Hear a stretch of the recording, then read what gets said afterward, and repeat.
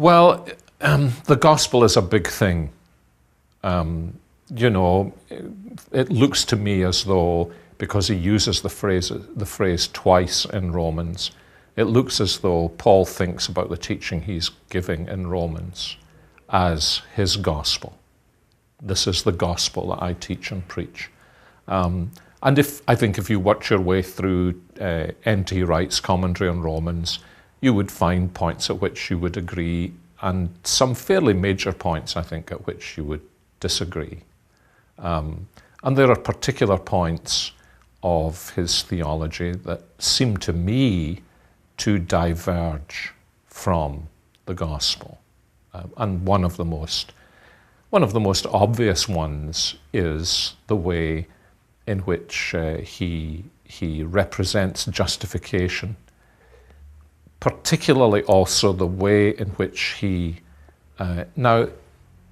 doesn't always seem to me to be completely clear or consistent in everything he says, but the way he has moved away from the basic doctrine of the double imputation of our sin to Christ and Christ's righteousness to us. And maybe I can say something about that, because I think this is both the heart of the gospel, and it's also an area in which I find that people who share his view seem to me to hold a deeply flawed way of thinking. Often their concern is to say the righteousness of God is an aspect of God's character, and you cannot impute that to somebody else.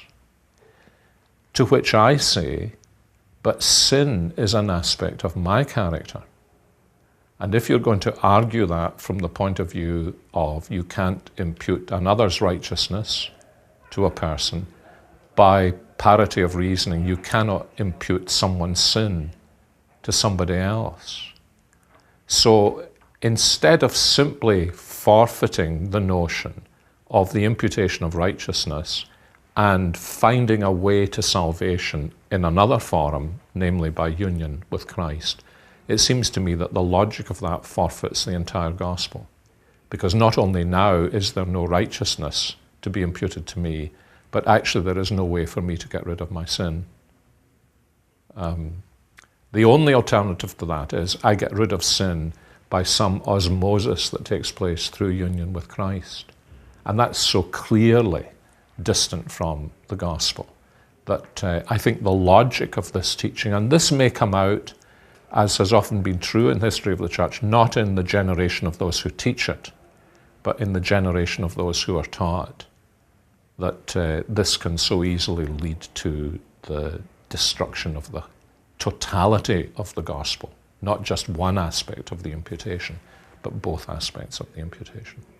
In this whole discussion, there has been a building of parties, sort of pro-N.T. Wright parties and anti-N.T. Wright parties. And even amongst the pro-N.T. Wright parties, you find people that are actually unfamiliar with a man's work. But at the same time, you find people who have themselves been confused on really important points for gospel preaching because of their latching on to certain emphases that they're finding in Wright.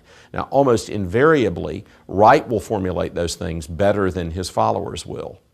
But it is simply the law of teaching that your students are either going to pick up on your confusion or your clarity, and they're going to amplify it helpfully or otherwise. And I think that you're seeing that in this whole discussion, that in the areas of his confusion, those that most gravitate towards his teaching end up taking that confusion another step.